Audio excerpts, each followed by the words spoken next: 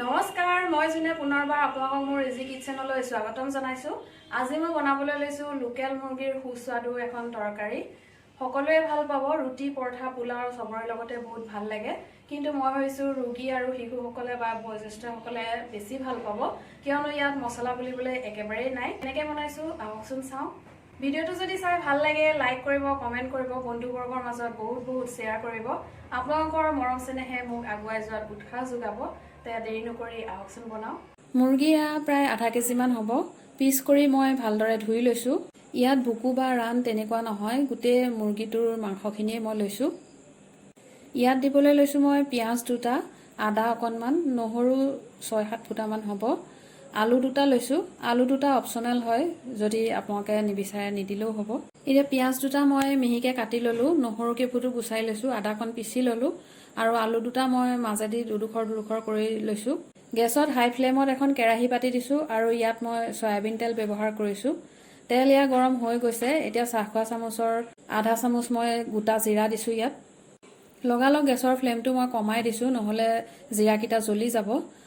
আৰু ইয়াতে দিছোঁ গোটা জালুক কেইটামান আৰু নহৰু কেইফুটো মই গোটে ইয়াতে দি দিলোঁ। কাটি লোৱা পিঁয়াজখিনিও ইয়াতে দি দিছোঁ। এতিয়া অকণমান লৰাই মই গেছৰ ফ্লেমটো বঢ়াই দিছোঁ।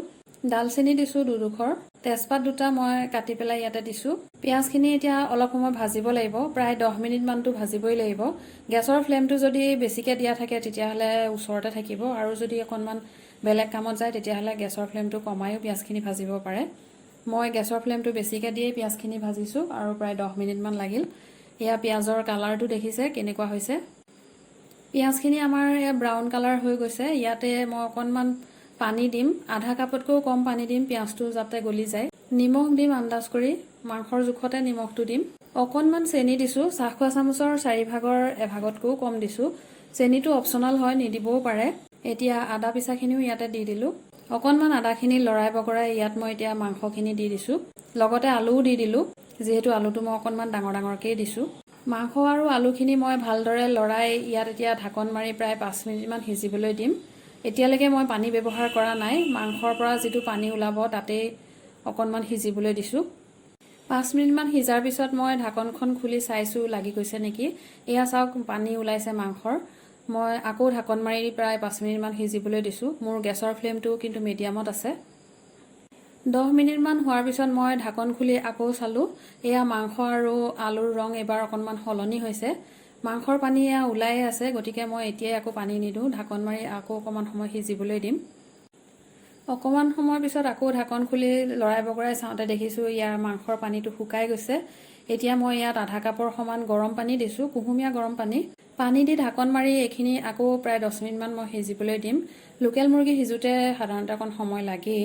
10 মিনিটমানৰ পাছত এয়া মই ঢাকন খুলি চাইছোঁ, খুব ধুনীয়া এটা কালাৰ হৈছে। মই নহৰুখিনি গোটা দিছিলোঁ, গতিকে লৰাই চাইছোঁ ক'ৰবাত যদি গোটা আছে মই চামুচৰ সহায়েৰে অকণমান হেঁচি দিছোঁ। ইয়াৰ লগত মিলি গৈছে। 2-3বাৰ ঘনে লৰালে এনেও নহৰুখিনি মিক্স হৈয়ে যায়। এইখিনি মই এতিয়া বইল এটাত উলিয়াই দিম। হালধি, জলকীয়া গুড়ি বা অন্য তেনেকুৱা মছলা ব্যৱহাৰ নকৰিলেও দেখিবলৈও খুব ধুনীয়া হয় কালাৰটো, আৰু খাবলৈও বহুতেই টেষ্টি হয়। আপোনালোকেও এনেকৈ বনাই চাব, খাই চাব।